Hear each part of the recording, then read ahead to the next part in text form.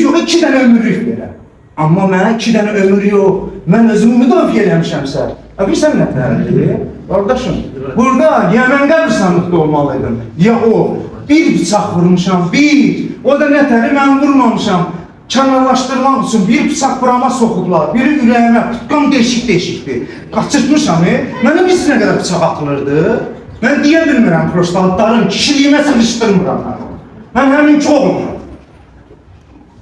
Qeyrətdən, namusdan danışdınız. Qeyrətsizlikdir, qeyrətliydi, belə 16 nəfər gəlmişdiniz, tökülmüşsünüz bıçaqla, hamı qaçmışdı, tək qalmışdım arada. Allah izin vermədi. Qeyrətə bax bunlarda. Mən qeyrətdən, namusdan danışırlar. Şərəfiniz var, kişi kimi gələr vuruşa, şikayət eləmə. Sizə mən xəbər də yollamışdım. Dedim, şikayəti geri götürün, çıxın çölə, öldürmək. Bilirsiniz neynəmişdilər bunlar? Sənin oğlun gətirib o qadının, cəmaatın balasını öldürtdürüb, gecə saat yuxudan durğuzub. İçkili də döyüldü cəmaatın balası, sənin oğlanların qanocağıdır. Sən 20 il sən müstəntiq işləmirsən.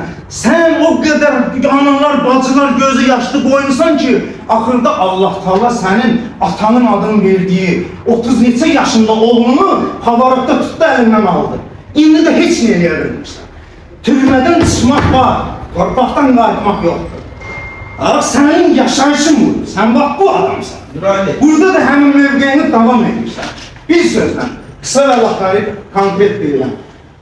Mən özümü müdafiə eləməsəydim, məni öldürürlər. Mən real təhlükənin qabağını almışam. Bunlar qırıb batırdı cəmaatı. İçkili vəziyyətdə heç kim də eşitmirdi.